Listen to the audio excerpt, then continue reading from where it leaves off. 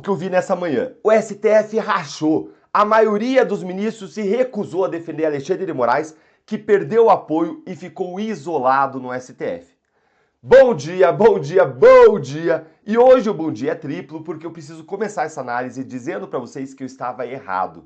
Eu publiquei aqui no canal uma outra análise questionando se Moraes seria abandonado pelo Supremo ou se os ministros dobrariam a aposta. E na minha visão, o fato de que apenas 4 ministros prestaram solidariedade a Moraes até agora, 3 em público e 1 em privado, mostrou que a maioria do STF estava sendo cautelosa e pensando muito bem no que ia fazer e no que vem aí em frente, refletindo, mas eu acreditava que os ministros iriam, no final das contas, como sempre, se autoproteger de forma corporativista, fechar o corpo, fazer um cordão de proteção ao redor de Moraes. E eu tenho que te dizer que eu estava errado, porque a julgar pelo que a imprensa publicou hoje, o STF rachou. Moraes não tem mais apoio na maioria e ele está sendo cada vez mais isolado. Gente, olha só essa manchete aqui do Poder 360. Maioria do STF se recusou a assinar carta em defesa de Moraes. Olha, isso aqui é gigante. Eu fiquei chocado ao ler. E eu acho que nós vamos ter até uma certa dificuldade em entender a magnitude do que está acontecendo. Vamos ler então aqui os destaques que eu trouxe para você, que só melhora à medida que a gente avança na leitura desses principais pontos que eu separei para você. Olha aí comigo, ó. O ministro do Supremo Tribunal Federal, Alexandre de Moraes, pressionou seus colegas para que todos assinassem uma carta em sua defesa na última quarta-feira, agora, dia 30 de julho de 2025, 2 dias atrás. Não houve consenso. Segundo apurou o Poder 360, mais da metade dos 11 ministros do STF considerou impróprio fazer um documento assinado por todos para contestar uma decisão interna dos Estados Unidos. Essa atitude dos colegas foi uma decepção para Moraes, que esperava ter unanimidade em seu favor. Torta de climão. Gente, eu não queria agora estar na pele do ministro Alexandre de Moraes. Vocês conseguem imaginar a frustração dele ao se ver abandonado pela maioria do Supremo na hora de maior necessidade, na hora de maior aperto, depois de que tudo que ele fez foi apoiado pela maioria dos ministros, que apoiaram ele na maioria aí dos ministros em todos os seus abusos, em todas as suas ilegalidades, em todas as atrocidades?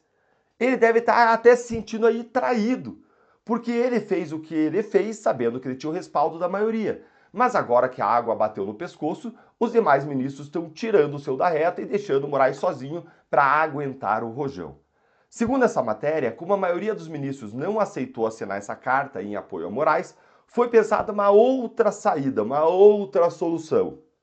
Um jantar com Lula no Alvorada na noite de ontem, quinta-feira, em que todos os ministros deveriam ir, repetindo o que eles fizeram depois do 8 de janeiro, quando as maiores autoridades dos 3 poderes foram juntos até o STF em manifestação de solidariedade. Mas, adivinha o que aconteceu? Falhou miseravelmente essa tentativa aí de reunir todo mundo em apoio a Moraes. Olha aí, Barroso foi comissionado por Lula para convidar todos os magistrados. Nova frustração. O quórum do jantar foi de apenas 6 dos 11 ministros. Alexandre de Moraes, ele próprio, Cristiano Zanin, Edson Fachin, Flávio Dino, Gilmar Mendes e Roberto Barroso. Faltaram ao encontro André Mendonça, Carmen Lúcia, Dias Toffoli, Luiz Fux e Nunes Marques. Lula pretendia produzir uma foto para demonstrar a unidade. Apareceriam ele e os 11 ministros do Supremo juntos, de mãos dadas e defendendo a soberania do Brasil. Gente, que fracasso! Por que vários ministros não foram, hein? Coincidentemente ou não, aparecer agora em uma foto com Lula, com Moraes, poderia ser uma espécie de beijo da morte. Isso porque faz parte da lei Magnitsky sancionar qualquer outra pessoa que colabore, que ajude materialmente ou que de qualquer outra forma ajude um sancionado pela lei Magnitsky. E uma foto de todos eles aí juntos poderia levar a outras pessoas, a outras autoridades serem punidas e sancionadas. E com medo das sanções, o que eles querem agora é baixar a fervura. Basta ver o teor da nota do Barroso após as punições, como eu mostrei aqui numa análise aqui no canal, em que eles baixaram demais o tom. Agora olha como que a situação do STF parece estar mesmo se tornando cada vez mais irreversível para o Moraes. No final, só com 6 ministros, Lula acabou conseguindo demonstrar de forma clara um racha dentro do STF. Gente, um racha dentro do STF. Assimila aí.